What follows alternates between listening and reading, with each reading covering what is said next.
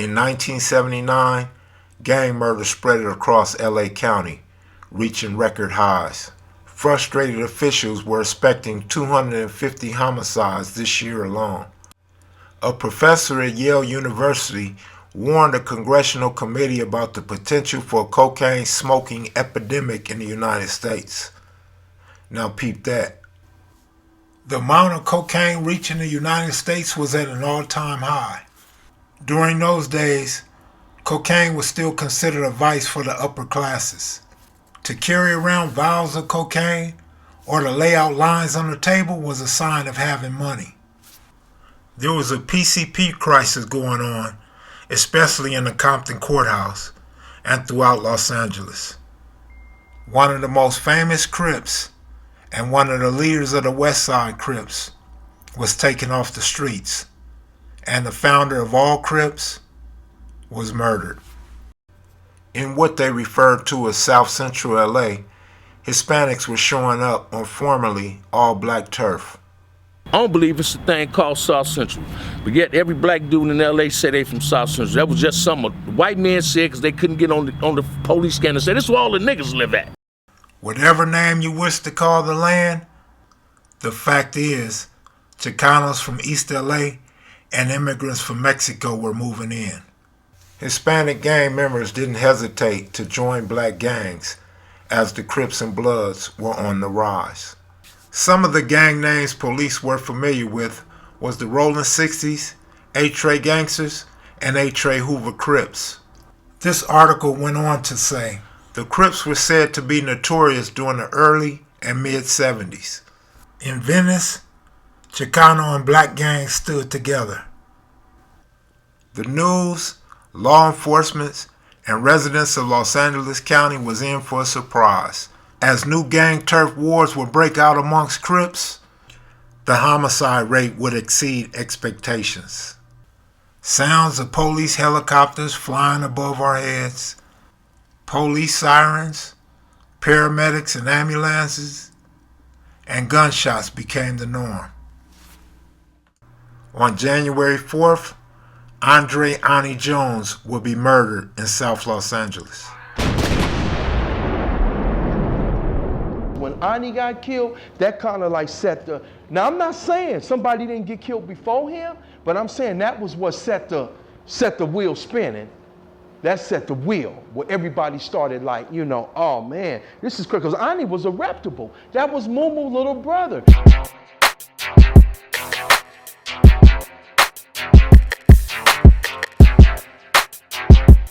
He started 107 Hoover.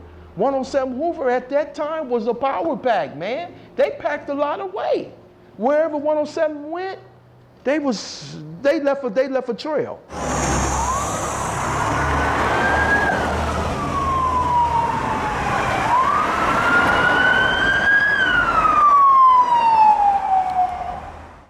The conflict between the 90 Hoovers and 107 Hoovers was official. And then it went from 90 and 107 to 90 and 74. One by one, the other Hoover sets would fall out with 90 and join in the conflict. Then it went from 90 and 74 and 90 and 8 train. The West Coast 90s would soon be surrounded by all enemies.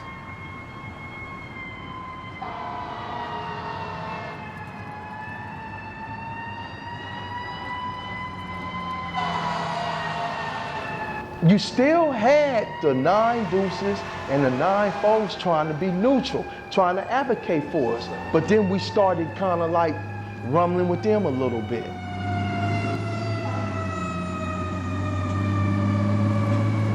Once the 9 Deuce Hoovers and the 9-4 Hoovers joined in, it was a wrap. There was no turning back. And when that happened, we still was, because Phone was still alive, but then Phone got killed, and then it's no reason to be from Hoover no more. The 9-0s would eventually drop Hoovers from its name.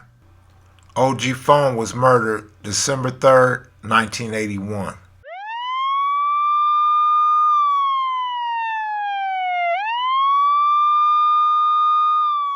Then Big Two Sweet got killed. When Big Two Sweet got killed, we felt that. We felt for him, but we also felt Big Two Sweet. That's when we came to the conclusion, by this time the 9-0 gangsters and us is already hanging out. We busting together, we doing a lot of stuff together. And we decided, well, check this out. The gangsters ain't backing y'all up, and we ain't getting along with the Hoovers. We just gonna all become 9-0 West Coast. Because the East Coasters was supposed to be our backup. By that time, we beefing with all of them. That's why we decided to drop it. The murder of Andre Jones seemed to set the tone for what would happen throughout the rest of the year. Everything pretty much fell behind him. Right after that, Tyrone got killed. Right after that, Little Hoove got killed from the East Coasters. And then a lot of other dudes started getting killed. February 9th, the famous movie The Warriors was released. Warriors, come out to play. March 1st, local newspapers reported a store clerk being killed in a robbery. 2 shotgun blasts in the back killed 26-year-old Albert Lewis Owens, an all-night clerk in a 7-Eleven store at 10437 Whittier Boulevard, in what sheriff detectives said was an apparent robbery. Mr. Owens' body was found in a rear storeroom by a customer at 4:15 a.m. when he investigated after finding a cash drawer open and empty in front of the store. Southland Corporation of Dallas, owners of the 7-Eleven chain, offered a $5,000 reward for information leading to the arrest and the conviction of the victim's killer or killers. March 8th, Big Rick's little brother Tyrone was killed. Tyrone's brother was Big Rick, OG 60, rider, moneymaker, hustler, thug motherfucker. According to police reports from 77th Division Detective, a gang fight broke out between youths from Horseman Junior High School, resulting in the death of 15-year-old youth Tyrone Hardiman. Who come back with the heat, tell Fatty move, dump, boom, boom. Kill Tyrone, shoot him in the head and the chest. Shoot Bogart, boom, from the 60s in the stomach. Rest of them break. We all break too, like damn. Here's the thing from how I remember it. They had took him to Morningside Hospital. That was the hospital right there behind, it's on Manchester and St. Andrews. Because I don't even think it's there no more. But they had took him to Morningside Hospital. So at this time, we trying to find Big Rick because nobody can find Big Rick. And I didn't know if he had passed or not. So we had gotten a homie Joe Rat car and we had all rolled up to the hospital. And once we got up there, we kind of found out that the homie had passed. We all came back to the hood. Everybody's on Arlington, just hanging out on Arlington. And we really more so waiting for Big Rick to come home. And it had been a while. It like a little time had passed. And so, dudes is not doing anything because dudes really don't know anything. We know nobody really knows what happened. And so when Big Rick finally hit the block, he pulled up in his Cadillac and, he walked to his porch. And I can't remember who came to the door and had told him because he didn't make it all the way in the house. He was just on the porch. And that's like I said, I saw my homeboy fall to his knees, cuz started crying. And that's when shit became like fucked up. So he went in the house. He got his guns because Big Rick would always carry these 2 magnums. He would always keep them with him, and he got them guns. Everybody else got their shit. And we got in a couple of cars and we rolled up to Gangsta Hood.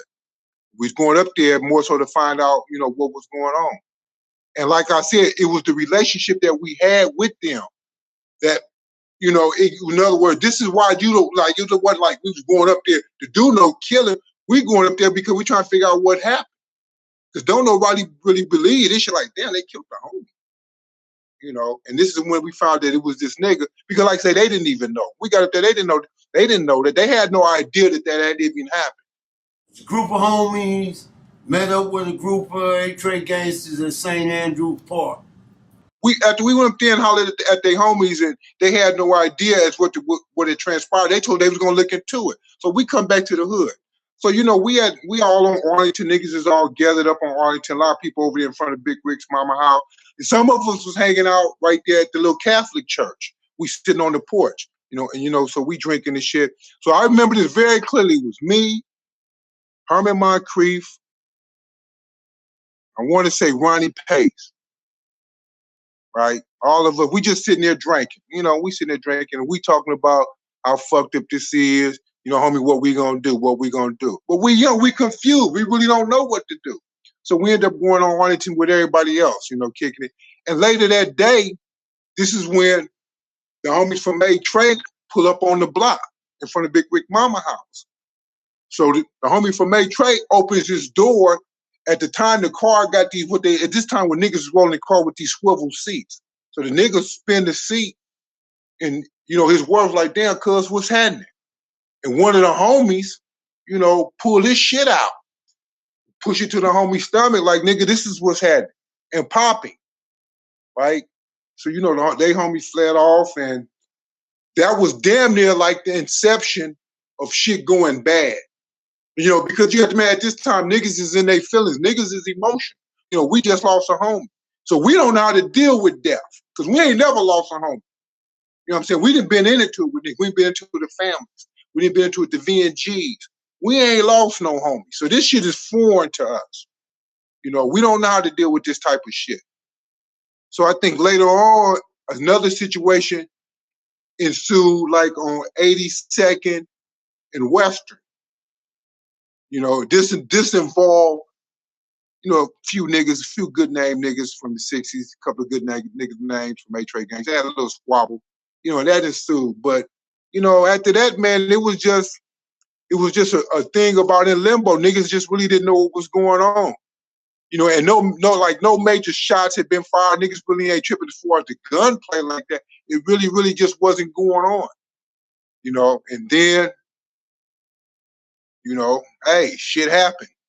In my opinion, Darryl Oaks, he wasn't really committed to that act. It was more so of an act in which he engaged himself in that went too far. Because his disposition wasn't that of a person that had malice in his heart. It's a fact that he was locked up for that case. Yeah, he was in there for that. He was in there for murder of Big Rick's brother, Tyrone. You ain't trying to be seen with no niggas that you at war with because you don't want to be sending no fucked up messages. So it's like, look, man, all relationships cease.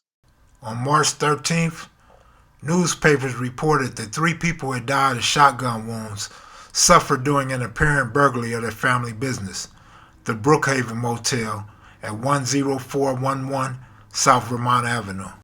Just 2 days later, Stanley Tookie Williams would be arrested for the 7-Eleven murder and the murders in Whittier. Throughout the years, many of Tookie's closest friends remember him being high on the drug PCP.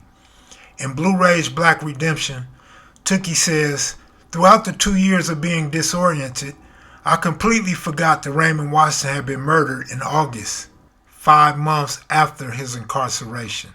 Q's, do you feel like Tookie was closer to the Atria gangsters than he was the 60s? No, I feel he loved both. Even though inside he got caught up in the politics on death row between Fee and the brothers in their case and who told on who and all that, he should have just stayed up out of their business. 1979 had produced the highest gang-related murder rate ever suffered by an American metropolitan area, according to Harvard University analysis of nationwide youth gang activity. Despite popular belief that gang killings was concentrated in the East and South Central L.A., only about 1/5 of the county's gang-related murders were now occurring there. March 23rd, a popular movie about East L.A. and the street gangs, Boulevard Knights, was released. Things got cracking in East L.A. when the gang film was released, as Boulevard Knights was blamed for off-screen violence. The film was blamed for violence that left 10 people injured in different shootings and stabbings and forced theaters to hire armed guards to protect the patrons. Though a box office hit, it also sent some theater managers scurrying to lawyers to have the movies canceled.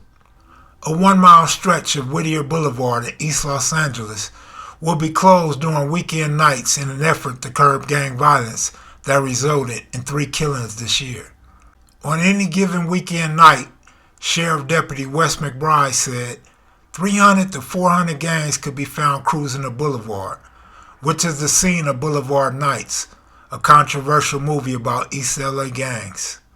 In just the first 3 months of the new year, prison gangs was causing disorder in the California Youth Authority. The problems could involve anything from how a cigarette should be held to mixing with other races. Authorities said that Chicanos, blacks, and whites all had their own gangs, but the largest groups was the Mexicans. The Mexican people have always had their own neighborhood groups, dating back to before the turn of the century, and it wasn't uncommon for a son, father, and a grandfather to be part of a gang, because Mexican gangs, they had been gangbanging for decades. On this side of the fence, blacks remain a majority in the area between Broadway and Compton, from 40th Street to Slauson, but Mexican families have moved in almost every block. Homes in the South Central area frequently sold for $35,000 or less, and rent was as little as $200 a month. While some homes were shabby, others were neatly kept. In general, the most deteriorated housing seemed to be rented to the Hispanics. The complaint of many blacks in the area was that landlords would rent to undocumented workers rather than blacks anytime they had the chance. Although the Atria gangsters had engaged in war with the Inglewood families, it had always, somehow, been contained to fistfights and flesh wounds, with the exception of Shannon, who, the Atrias contend to this day, died at the hands of the families. Shannon was murdered on April 15th. Monster Cody described 1979 as the year of the Little Trays, the third generation of Atria gangsters. On July 23rd, O.G. Cute's baby brother Lucky will be killed. My little brother, he was a little kid, and he didn't, I told him he was a Magnificent Seven, but he couldn't really relate to that because we were much older than him, and I would regulate him. My mom would say, I think he has a gun, so I would go take his gun. He don't got no gun. I tell mama that. And then if I see bullets, I know there's smoke, there's fire, I would take his bullets, and I would go tell his little friends, to pump the brakes on the shit that they do, and they would listen. The good thing about it, they would listen to me because they knew that I lived it, and they knew that I was down, so they would listen to me. But when they would be out there by themselves, they'd be raising their own little bit of hell that they raised. My little brother, he was down too. Monster described Lucky's death as an ambush on his front porch, where he was shot 6 times in the face. Motherfuckers wasn't killing like that, man, when I grew up. Like, you know what I'm saying? And the type of shit that I was hearing that was going on, the type of shit that niggas was doing, niggas dressing up like bras and having niggas come to the car, nigga, until the niggas take it here, pull the rig off and boom, and then doming niggas, and niggas wasn't doing no shit like that when I was out. I'm like, these niggas is doing some vicious ass mob type shit. And this is the generation of niggas I was talking about, like that generation of niggas that came after me. But hey, man, dude was a good nigga, man. He was a real, real good nigga. And he was the type of nigga that you would never hear that nigga come out of his mouth like, nigga, Big Rick, my big brother. Like, he ain't telling niggas that when we go places. His thing, nigga, I'm Tyrone, nigga. This nigga ain't got a gang name, man. You know what I'm saying? There's very few niggas, we have Moncrief. We have certain niggas go by their real name. Like, you little young nigga, you ain't got no gang name, nigga. Like, nigga, you ain't that tough, nigga. But this nigga going by his government. So that's a testament to what type of nigga this nigga was and what's gonna be. But he ain't had no gang moniker. This nigga's Tyrone. Like, nigga Tyrone, you know who me. You can distinguish this Tyrone from any other Tyrone. In May, undercover agents broke up a cocaine ring. $6 million worth of cocaine believed destined for the Hollywood film colony had been seized by federal agents who say fashionable couriers delivered the drugs in Ferrari sports cars. Agents seized a 1977 Ferrari, a Mercedes-Benz, leather briefcases, 2 currency counting machines, packaging material, and money wrappers. A twin-engine long-range aircraft was also seized at LA International Airport. Agents said the aircraft, which was fitted with 6 extra fuel tanks, was believed to have been used by the suspects to smuggle cocaine from Colombia into the United States by way of Miami. The 4 arrests concluded a 2-month investigation into the drug dealing of the fashionable west side of LA and also the entertainment industry. OG Pretty Boy was in the Crenshaw High School yearbook and also a member of the Crenshaw High School band. Bogart also attended Crenshaw High School at the time. But when most Americans talk about Crenshaw High School in 1979, all the talk is about Darryl Strawberry and the Crenshaw Cougars baseball team. Many baseball scouts believe the 79 Cougars had the most talented baseball team in American history. Their 1980 team would produce 9 players drafted in Major League Baseball's draft.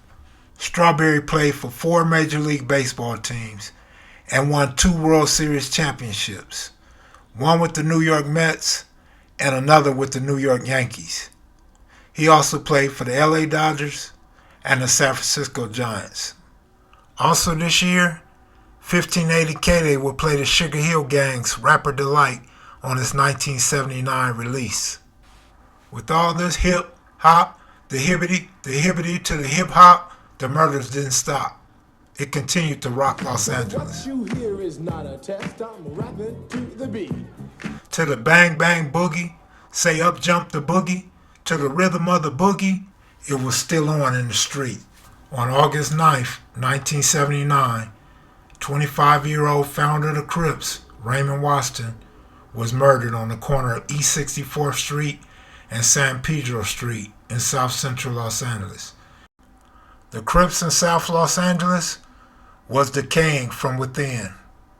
Like I was saying in one of the interviews, that funk festival they had in June of 1979 at the Coliseum. That was the first and last time I seen all the Crips that was together as one. Yeah, I was there with Vertus Swan. Yeah, Vertus. Raymond Watson. Yep. Took it Raymond just got there. locked up. Yep, So he I'm just like, got locked I'm up. like, damn, everybody's here but Took. Yep. We're all here, and we were all getting along. Everybody was Little there. Moo there was Yep. from all Hoovers were there.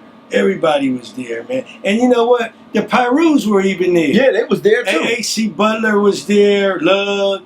They were all there. We just want to see the were music. all that's on the field, all at the same time, just mobbing, having a good time, listening to Bustin' Out by Rick James. Yeah, Parliament, Yeah. all that stuff, right? But that was the last time everybody was basically together, because I'm going to tell you something. When I knew everything was going bad, I went over there on 81st and Hoover. And I seen Tyrone shows, right? And I said, hey, T, what's going on? And he looked at me like this, and he looked back at the apartments where all the Hoovers was at. Yeah. So he said, hey, pretty, this ain't a good time to be over here. You know, it's brewing in, in the area, right? The next generation of kids probably had no idea of what type of LA they would grow up in. During the summer months, the Hispanic enrollment increased by 6%. Blacks that once dominated Hooper Elementary School, Edison Junior High School, and Jefferson High School were now being replaced by Hispanic students. The rapidly growing influx of the Mexican population did nothing to deter black-on-black violence. In mid-October, a 17-year-old youth was booked on suspicion of murder for the stabbing death of a 20-year-old Los Angeles man at Crenshaw High. Gregory Lloyd of 5842 3rd Avenue was stabbed on the school grounds and died at Daniel Freeman Memorial Hospital.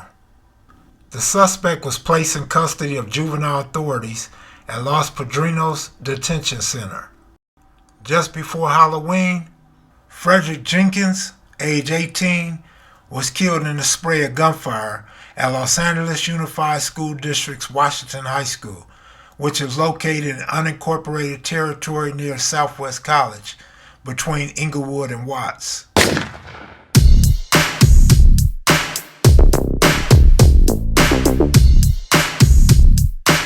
According to newspapers, James Harold Doc Holliday, a reputed leader of the Black Guerrilla family prison gang, ordered the 1979 murder of two men in a Pacoima restaurant to avenge a drug robbery.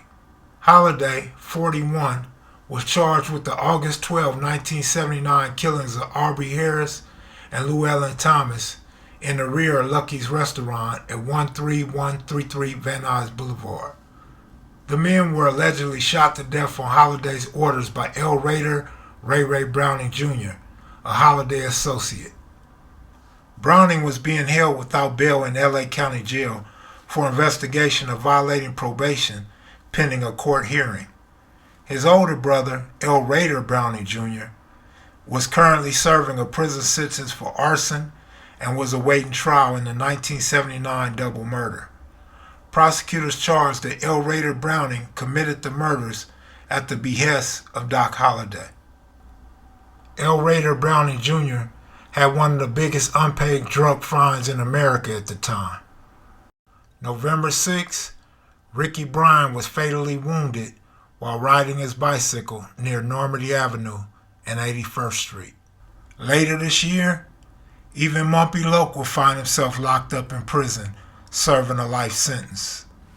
Even O.G. Cutes fell into the penal system in 1979, where he served 32 years and 4 months on a life sentence.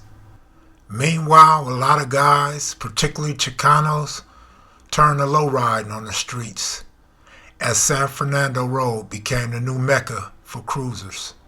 While the LAPD and local news media made such a big deal out of some Chicano cruisers being busted with angel dust, PCP was running rapid in black communities. OJ's lawyer, Johnny Cochran, was Los Angeles County District Attorney at the time, was said to be mounting a campaign for stronger legislation aimed at curtailing the sale of chemicals which comprise PCP. Singer Michael Jackson was spotted with actress Tatum O'Neal dancing at a disco party. From cruising and using PCP to dancing at discos, a new phenomenon was taking place in LA black gangs, in which most had to do with the Rolling 60s and the Atria gangsters. Look, check this out, homie. Look. The phenomenon that came as a consequence of the 60s and the Atria getting into a war created this cancer thing. Like that's one thing only way I can describe it. This cancerous growth. Sometimes it's malignant, sometimes it's benign, but it's a cancerous growth, right? It depends on whether we're in a high tide of madness or a low tide. But this thing, right, that's growing on top of already an ill growth, but it's growing on top of that is this. Now, if I'm from neighborhood, all the neighborhoods get along. Now if I'm from gangster, I'm in the gangster car. That's what the game is. The game is lanes. Man, butter and guns. Just like he said, it's all shit real.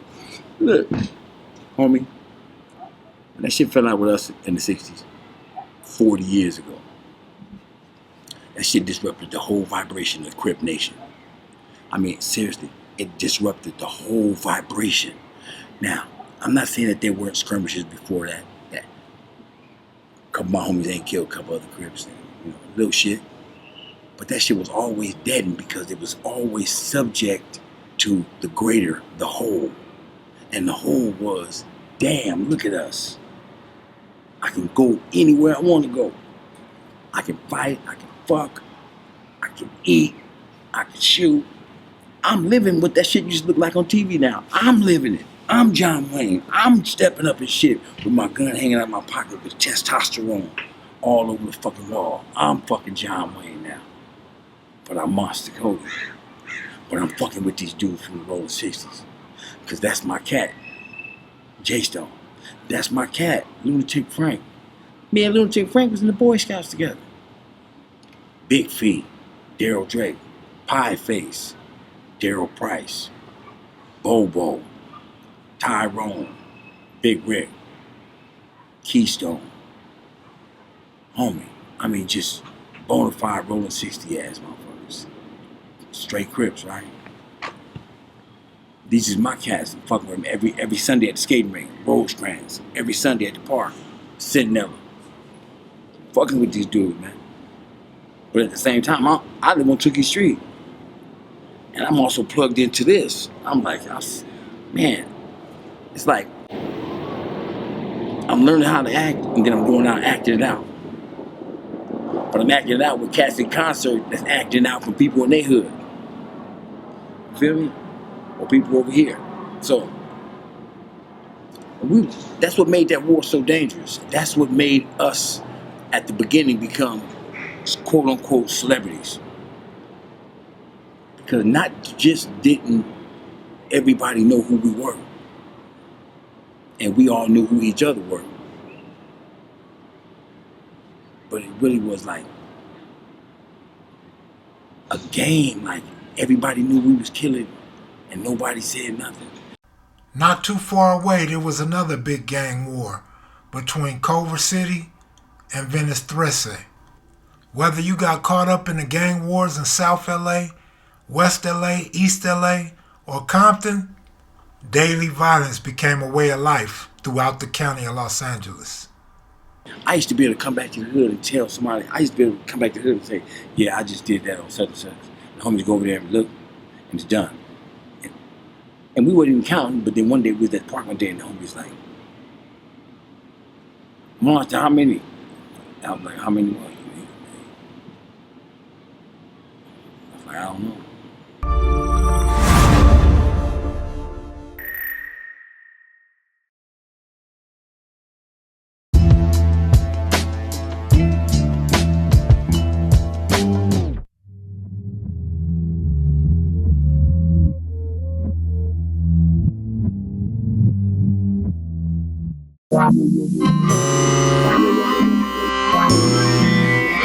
Sitting reminiscing about the days of way back. Big kid dollar folders, gun holders with the gym on the rollers. Keep taking the fire, but the dope shots don't make dollars. It don't make sense. In Fullerton, $180 million in dope was seized.